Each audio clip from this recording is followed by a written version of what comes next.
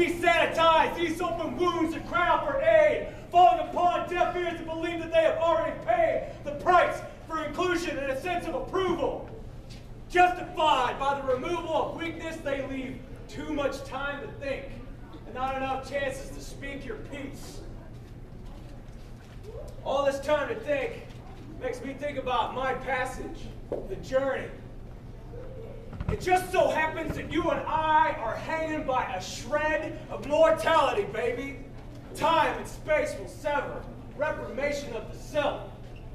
Memories of a hypothetical future turned into lessons of a somewhat surreal history. General orientation and direction becoming the path leading you on. Logistics be damned.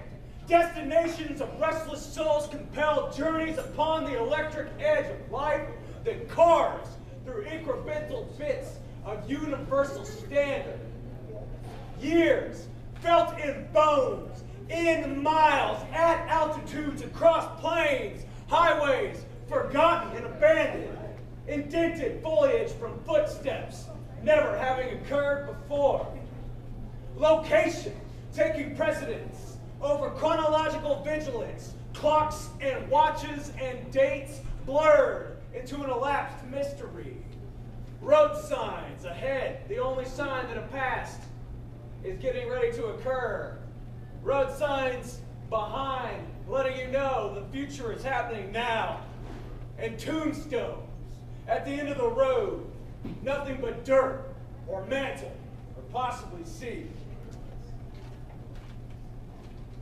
I'm going to wrap up with one more here. We call this valid questions. You ever wonder how cold space is? Can the freezing tendencies of nothingness be measured? And how can we deny the depleting natures of all that is pleasure? All of our sick and twisted habits we treasure, though when surrounded by nothing where his life's a feather, why can't we seem to weather the everything that's constantly around us, yet seems to eat out our souls worse than a succubus? It seems we must deny nothing and everything thus, leaving us torn and stranded between the poisonous thorns and the things we have planned, and yet we demand more and less from the best to leave the stress of knowing no means of making any sort of guess of what lies for the rest of us. Still alive, those of us still trying to thrive, those of us trying to use all 5 of our digits, trying to craft answers and make exhibits.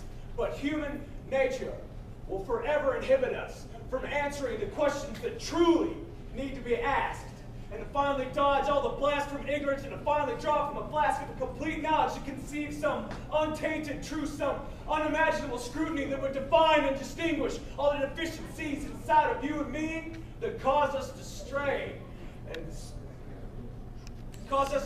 not see the full spectrum of light and darkness. Some might say that we're forever stuck in the shade of gray, and some would conclude that no matter how long we shall brood, that the lines shall never be drawn. But for now, it's time for me to move on to the next day of a dawn of a morning that still contains a lack of importance and an absence of fact. So I retire to my restful, subliminal state of black.